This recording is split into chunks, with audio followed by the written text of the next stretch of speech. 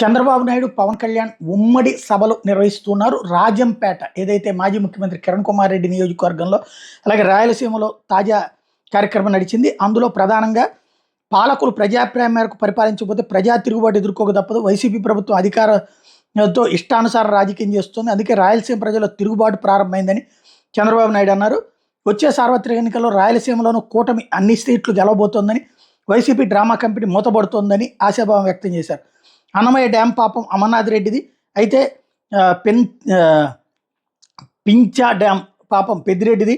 జిల్లా తరలింపు వెనక పెద్దిరెడ్డి ఉన్నాడు. వైసీపీ పాపాలు పెరిగిపోయి సమాజాన్ని నాశనం చేసే స్థాయికి చేరినాయి. మరోసారి వీళ్ళకి ఓటేస్తే ప్రజల జీవితాలు ఎందుకు పనికి రాకుండా పోతాయని ఆగ్రహం వ్యక్తం చేశారు.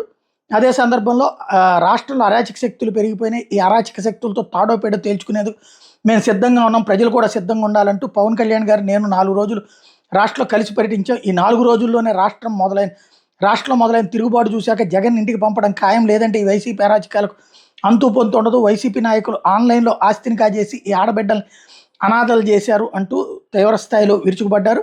అదే సందర్భంలో పవన్ కళ్యాణ్ ఎట్టి పరిస్థితుల్లో జగన్ని గద్దె దించడానికి ప్రజలందరూ సిద్ధంగా ఉన్నారు, మేము జట్టు కట్టడంతో ప్రజల్లో మార్పు వచ్చిందంటూ ఆయన ఆశాభావం వ్యక్తం చేశారు.